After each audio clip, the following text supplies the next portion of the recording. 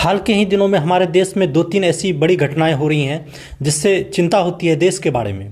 जैसे कि परमाणु संयंत्र जो था तमिलनाडु में कुडनकुलम में, वो देश का सबसे बड़ा परमाणु संयंत्र था और उसका जो पेपर है 19,000 फाइल्स लीक हो गया डार्क वेब पर, इंटरनेट पर। जो हैकर्स था, वर्ल्ड लीक्स नाम का एक हैकर है, ग्रुप है जो कि हैक करता है, वो इस पेपर को लीक किया है। और ये जो सुरक्षा की जिम्मेदारी थी वो रिलायंस इंडस्ट्रीज़ की थी। रिलायंस इंडस्ट्रीज़ को ठेका मिला था उसके पेपर्स को रखने का, ब्लूप्रिंट करने का, ब्लूप्रिंट के का जो है उसकी सुरक्षा करने का। और उसने येट्टा नाम का एक कोई कंपनी है थर्ड पार्टी, उसको सौंप दिया था कि इन फाइलों की रक्षा करे। लेकिन उसके वेबसाइट पर सेंध लगा दिया इन लोगों ने, हैकर्स ने। वर्ल्ड लीक हैकर्स नाम का ग्रुप है और उसने ऐसा किया। तो देख रहे हैं कि हमारी जो सुरक्षा है वो खतरे में है एक तरह से, क्योंकि हालांकि जहाँ पे परमाणु संयंत्र रखा गया है उसका कोड, परमाणु संयंत्र कैसे चल रहा है और कहाँ कहाँ क्या है, वो मेन चीज़ तो बचा हुआ है। लेकिन उस बिल्डिंग का पूरा नक्शा और हर एक चीज़, लगभग 19,000 फाइल्स और उसके कर्मचारियों का लिस्ट और कब कहाँ मीटिंग हुई, इस स्तर तक मिनट बाय मिनट की खबर उस 19,000 फाइल्स में डार्क वेब पर लीक हो गई है। तो ये एक छोटी मोटी घटना नहीं है। इससे पता चलता है कि सब लोग जैसे देश में सोए हुए हैं, जो सरकार चल रही है भगवान भरोसे चल रही है। हाँ, दूसरी घटना ये थी कि इसरो जो है हमारा अंतरिक्ष मिशन जो संभालता है देश का, अंतरिक्ष में जैसे चांद पर जाना है, मंगल ग्रह पर जाना है, रॉकेट भेजना है, और इन चीज़ों को जो संभालता था उसके जो है लगभग 100 से 150 तक गिनती के वैज्ञानिक ऊपर स्तर के उन्होंने रिजाइन दे दिया है। और जो VRS ले लिया है, और जो जैसे रिटायरमेंट पहले ले लेना अपने मन से, समय से पहले रिटायर हो जाना और इस्तीफा दे देना, ये सारी घटना हमारे इसरो नामक संस्था में गिने चुने तो वैज्ञानिक है, उसमें से 100-150 के आसपास जो वैज्ञानिक हैं उन्होंने इस्तीफा दे दिया। अब क्यों दिया? सरकार की नीतियों के कारण। मुझे लगता है सरकार प्राइवेटाइजेशन को इतना बढ़ावा देती है कि जब से सरकार ने प्राइवेट कंपनियों को भारत के जो अंतरिक्ष मिशन में हिस्सेदारी दे दिया कि आप भी इसमें निवेश कर सकते हैं, तो कुछ लोग, मुझे लगता है कि वैज्ञानिकों ने इस्तीफा दिया उन कंपनियों में जाने के लिए, क्योंकि वहाँ से उन्हें बहुत महंगी सैलरी मिलेगी। अब ये घटनाएं तो दिखाती हैं कि सरकार किस ओर जा रही है। सरकारी व्यवस्था को ख़त्म करके प्राइवेट किया जा रहा है, सब कुछ प्राइवेट किया जा रहा है। तो ये भी कोई अच्छी खबर नहीं है एक देश के रूप में। प्राइवेट हाथों में सब कुछ चला जाएगा तो इसी प्रकार से डाटा लीक होगा, जैसे कि डाटा लीक हुआ यहाँ पर तमिलनाडु के कुडनकुलम परमाणु ऊर्जा संयंत्र में। अब बात यह है कि ये भी घटनाएं हैं। अब देश में क्या क्या चल रहा है बहुत ज़्यादा विचलित कर देने वाली बात है। इधर सोनम वांगचुक जी 18-20 दिन से जो है कि उन्होंने अनशन किया हुआ है, आमरण अनशन किया हुआ है, क्योंकि उन्होंने वो युवाओं की आवाज़ उठा रहे हैं। उनका कहना है कि विद्यार्थियों के जो पेपर लीक हो रहे हैं और इस पर कोई जिम्मेदारी नहीं लेता। जिस मंत्री और अधिकारी के द्वारा ये पेपर लीक या कोई भी घटना होती है वो उसकी जिम्मेदारी नहीं लेता। रेल यदि पलट जाता है, रेल का एक्सीडेंट हो जाता है तो रेल मंत्री इस्तीफा नहीं देते। मोदी का एप्स्टीन फाइल से नाम जोड़ा जाता है तो नैतिक जिम्मेदारी के कारण मोदी अपना इस्तीफा नहीं देते। इसी तरह धर्मेंद्र प्रधान के कार्यकाल में यदि ये पेपर लीक की घटनाएं चल रही हैं तो वो इस्तीफा देने का नाम नहीं लेते। तो इस सरकार में कोई भी मंत्री या कोई भी जिम्मेदारी नहीं लेता। इस जिम्मेदारी को ले, इसलिए सोनम वांगचुक जी अनशन कर रहे हैं और देश को लोगों को जगा रहे हैं, लोग मिलने भी जा रहे हैं। लेकिन सरकार है, बेशर्मी की हद होती है ये, वो कुछ सुनना नहीं चाहती और आंख कान मूंद कर भ्रष्टाचार किए जा रही है। अभी इथेनॉल का विवाद है, देश में चल क्या रहा है, हर ओर अफरा तफरी है। विद्यार्थी परेशान हैं, किसान परेशान हैं, कर्मचारी परेशान हैं, हर ओर इसी तरह का माहौल है। तो इन चीज़ों को देखते हुए मुझे एक बात याद आती है पुरी के शंकराचार्य जी महाराज का। वो कुछ दिनों पहले ही, इन घटनाओं से पहले ही उन्होंने कहा था कि बस कुछ ही समय में देश में ऐसी विपत्ति आने वाली है, ऐसा हाहाकार मचने वाला है कि लोग कल्पना नहीं करेंगे, उथल पुथल मच जाएगा, इन राजनीतिक दलों को मुँह छिपाने की जगह नहीं मिलेगी। वो कह रहे थे कि देश में विपत्ति आने वाली है। लेकिन अब हम देख रहे हैं कि सच में इन राजनेताओं और सरकार के साथ क्या हो रहा है और देश के साथ क्या हो रहा है। देश के लोग पेट्रोल की मार से तिलमिलाए हुए हैं, पेट्रोल के दाम बढ़ गए हैं, महंगाई बढ़ गई है, कॉमन चीज़ गैसों के दाम बढ़ गए। कई लोग तो भूल जाते हैं, इतनी इतनी घटनाएं हुई कि कहने की बात नहीं है, कि लोग भूल ही जाते हैं। और सभी परेशान हैं एक तरह से देखा जाए तो।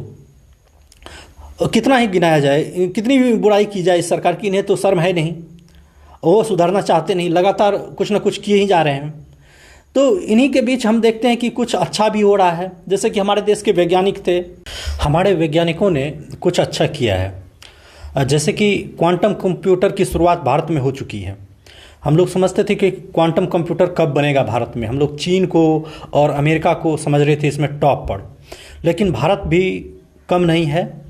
हम लोग जानते हैं कि स्मार्टफोन देखते हैं हम लोग, स्मार्टफोन बनना कब शुरू हुआ था।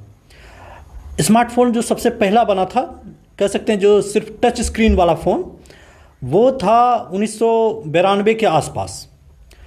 IBM नाम की कंपनी है अमेरिका की, वो बनाती थी, जिसमें कि मैसेज भेजा जा सकता था टच करके और गेम खेला जा सकता था टच करके।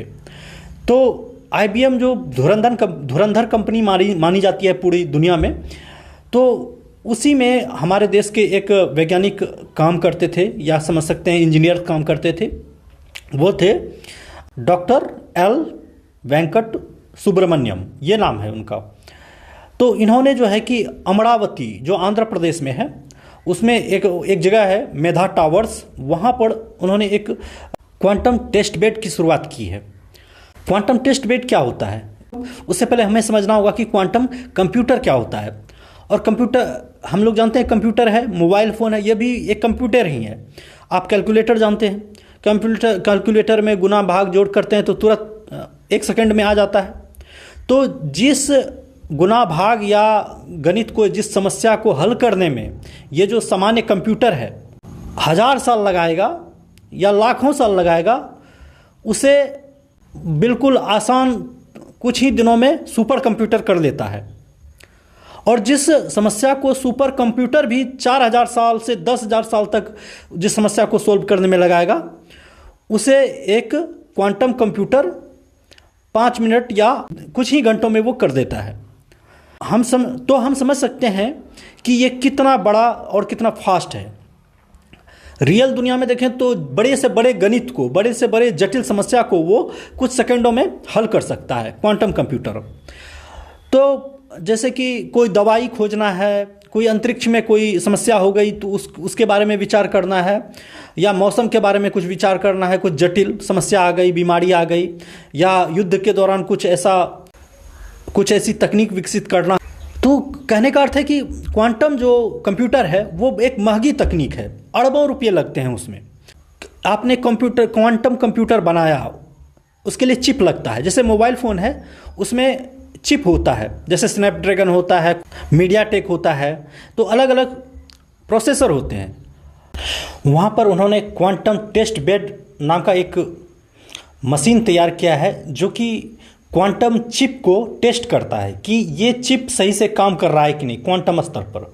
और ये बनाने में अरबों रुपये लगते हैं। ये दुनिया के बहुत कम लोगों के पास ही फैसिलिटी है क्वांटम टेस्ट बेड बनाने का। क्वांटम चिप तो आप बना लोगे, लेकिन चिप को टेस्ट कहाँ करोगे? तो उसके लिए ये क्वांटम टेस्ट बेड ज़रूरी होता है। और इसका जो तापमान होता है क्वांटम टेस्ट बेड, ये एक झूमर के आकार का होता है। जैसे झूमर लटका होता है ऊपर में, आप बड़े बड़े फिल्मों में देखेंगे कि ऊपर झूमर लटका होता है, जिसमें कि हल्का हल्का बल्ब और लाइट जलती रहती है, और उल्टे झूमर के तरह का होता है ये। और ये गोल्ड से बना होता है, गोल्ड की धारियाँ होती हैं इसमें, पतले पतले तार होते हैं गोल्ड के। इसका तापमान बहुत नीचा होता है, लगभग -269-70 डिग्री के आसपास इनका तापमान रहता है। और उसी कम तापमान पर ये चिप काम करता है, और गर्मी में ये काम नहीं कर सकता। साधारण तापमान में वो चिप नष्ट हो जाएगा, वो काम ही नहीं करेगा। तो इसलिए इसको बहुत ज़्यादा ही कह सकते हैं क्रायोजेनिक इंजन की तरह काम करता है। तो इसको बनाने में जब भारत ने बनाया तो बहुत ही ज़्यादा ही गर्व का पल था। आंध्र प्रदेश के जो सीएम थे चंद्रबाबू नायडू, वो भी इस समारोह में जाकर सम्मिलित हुए और खुशी व्यक्त की। तो ये बिल्कुल पूरे भारतवर्ष के लिए खुशी का पल था।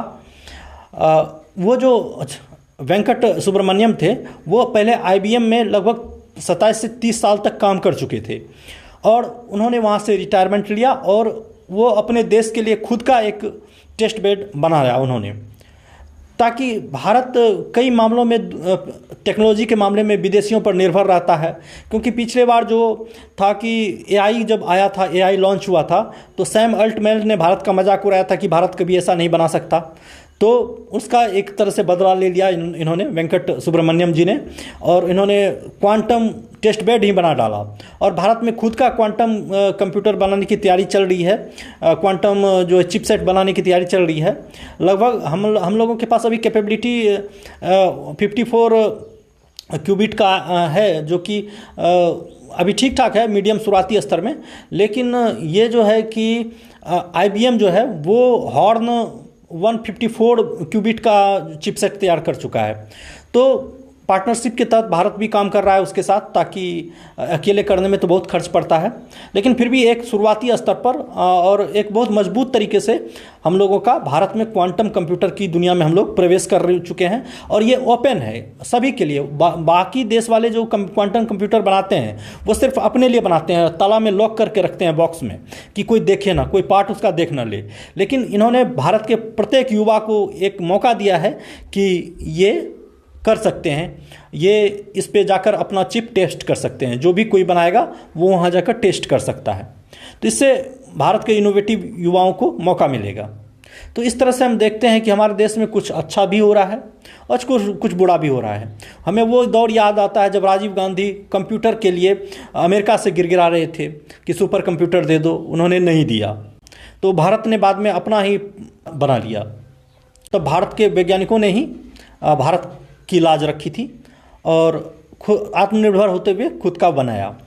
अब हम इस टॉपिक को यहीं समाप्त करते हैं और कुछ जानकारी को फिर से रिवर्स करते हैं। ये जो है हमने बात की कि क्वांटम कंप्यूटर का टेस्ट बेड जो बन रहा है वो भारत में बन चुका है, अमरावती में मेघा टावर्स पे। और इसके जो फाउंडर या सीईओ हैं वो हैं डॉक्टर एल वेंकट सुब्रमण्यम, और इनकी जो कंपनी है वो है क्यूबिट फोर्स। और इन्होंने एक और जो कंपनी थी क्यूबिट टेक, उनके साथ मिलकर इस पूरी घटना को, इस पूरे कार्यक्रम को अंजाम दिया, जो कि भारत के लिए एक गर्व का पल है।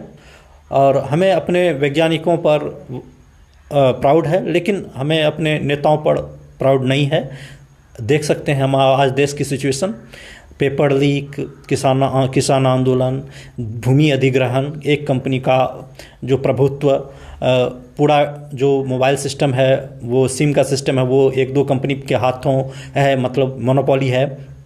और पूरे देश की ज़मीन को अडानी ने एक्वायर किया हुआ है, लगभग हर जगह उसकी ही कंपनी है और दूसरी कोई कंपनी नज़र नहीं आती। और हर क्षेत्र में चाहे रेल एक्सीडेंट हो, वो कभी अपना इस्तीफा नहीं देते और जिम्मेदारी नहीं लेते। चाहे पेपर लीक तो हर साल हर वक्त की घटना है। इस बार भी यूजीसी नेट में भी पेपर लीक हो चुका, तो थमने का नाम नहीं ले रहा, कोई इसकी जिम्मेदारी नहीं लेता। मोदी तो कोई बात ही नहीं करते, उनका नाम कहीं भी आ जाए, एप्स्टीन में आ जाए या कहीं भी आ जाए, वो मानने को तैयार नहीं होते या फिर नैतिक जिम्मेदारी नहीं लेते। और देश में इतने सारे प्लेन क्रैश हुए, सब लोग भूल गए। सोनम वांगचुक जी आमरण अनशन पर हैं। भारत पाकिस्तान का युद्ध हुआ था, उसमें भी मोदी जी मात खा गए। अमेरिका इतनी गालियां दे रहा था मोदी जी को, मतलब एक तरह से अपमानित ही कर रहा था, फिर भी ये सह गए। पता नहीं कौन सी मजबूरी है। मजबूरी को नहीं रखना चाहिए व्यक्ति को, और हर फ्रंट पर कॉम्प्रोमाइज़ किए जा रहे हैं। होगी उनकी कोई बड़ी मजबूरी, इसलिए वो शांत हैं। बड़े लेवल पर बड़ी समस्याएं होती हैं, लेकिन आम जनता जो है वो परेशान है, वो उन्हें अच्छा नहीं लग रहा है। ये इतना ही कहना चाहूँगा। और युवाओं को संगठित होना चाहिए। कहीं भी भ्रष्टाचार है, गलत हो रहा है, गलत का साथ कहीं नहीं देना चाहिए, क्योंकि गलत का साथ देने के बाद गलत ही होता है। और युवाओं को हो सके तो खुद की सरकार बनानी चाहिए, और युवा ही देश के भविष्य हैं। इन लोगों के पल्ले नहीं देश को छोड़ा जा सकता। धन्यवाद।